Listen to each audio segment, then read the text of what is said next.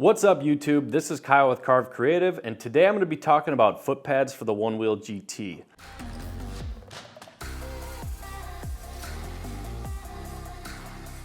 As of right now, there's 5 foot pads available. I believe we have the stock foot pad, the one-tail Flair from Craft and Ride, the one-tail flat from Craft and Ride, the platypus, and then lastly, the Kush wide from the Float Life. I have 3 of those in front of me here today, being the stock foot pad, the one-tail Flair, and the Kush wide, and I'm gonna give you my thoughts on the 3 and which one I think is the best one to ride.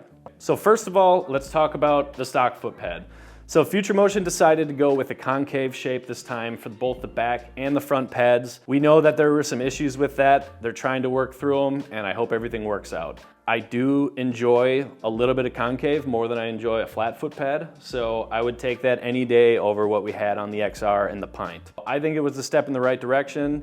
It just needs to be tweaked a little bit. After about a month, Craft and Ride had announced the one-tail Flair, and I was very excited for this foot pad. Pre-ordered it right away. When it showed up, for some reason I was expecting it to be the gel pad technology, the air pad, and it wasn't. It was wooden, which was fine. I've just never been a huge fan of wooden foot pads, and I put this thing on, and at first I was a fan. I took it in the street and I was like, oh, look at all this extra room. It felt good.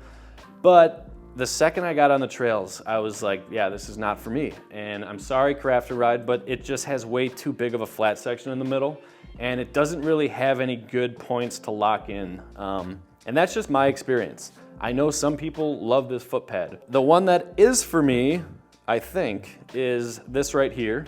And this is the Kush wide from the Float Life. And I'll tell you why I think this is for me. Float Life, in my opinion, the best product that they make is their foot pads. The low was better for people that like to do like street kind of stuff and tricks.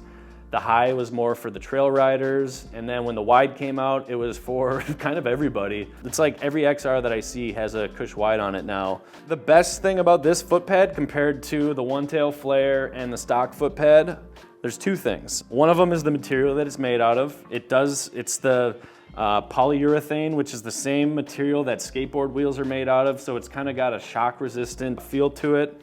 So that's the first thing that I love about it. Second is the shape, the concave. I really think they dialed it in perfectly. If you look at the difference between these two, the Craft and Ride Flair has a really large flat section in the middle. And for some people, that might be perfectly fine. For me, it just allowed my feet to move around way too much on the trails. Anytime I would hit something unexpected, and like you know on the XR, when you hit something unexpected, your feet would shift around.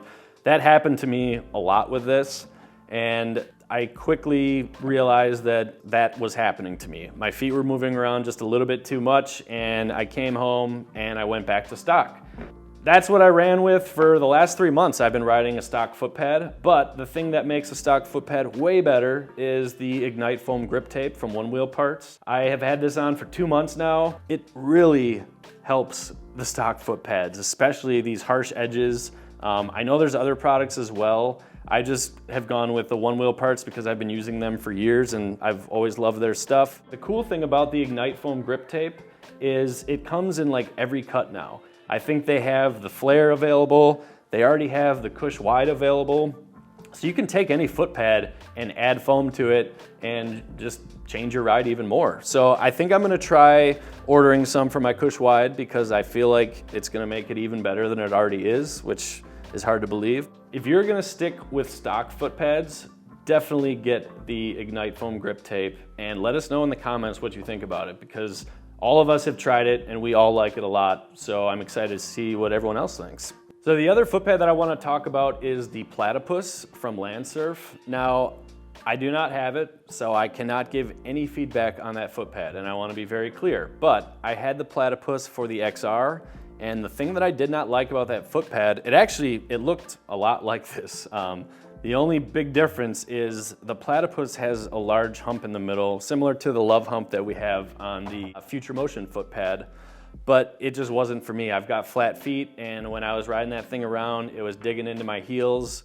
So when they announced the full system for the GT, I was like, man, that is so cool because it's the front foot pad too, but ultimately for me, the hump in the middle just is not for me. So I did not get the platypus, but let us know in the comments if you've tried it. I would love to hear people's thoughts on that system as well.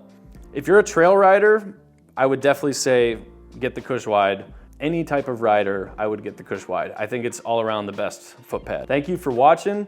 If you guys enjoyed this video, please take the time to like, comment, and subscribe. We have a bunch of stuff coming down the pipeline. We had a blast at Windman, we had a blast at Float Life Fest. We've all just been so busy and we need to get more videos out. So we will do that.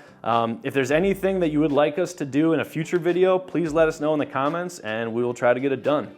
Thank you for watching. Have a good one.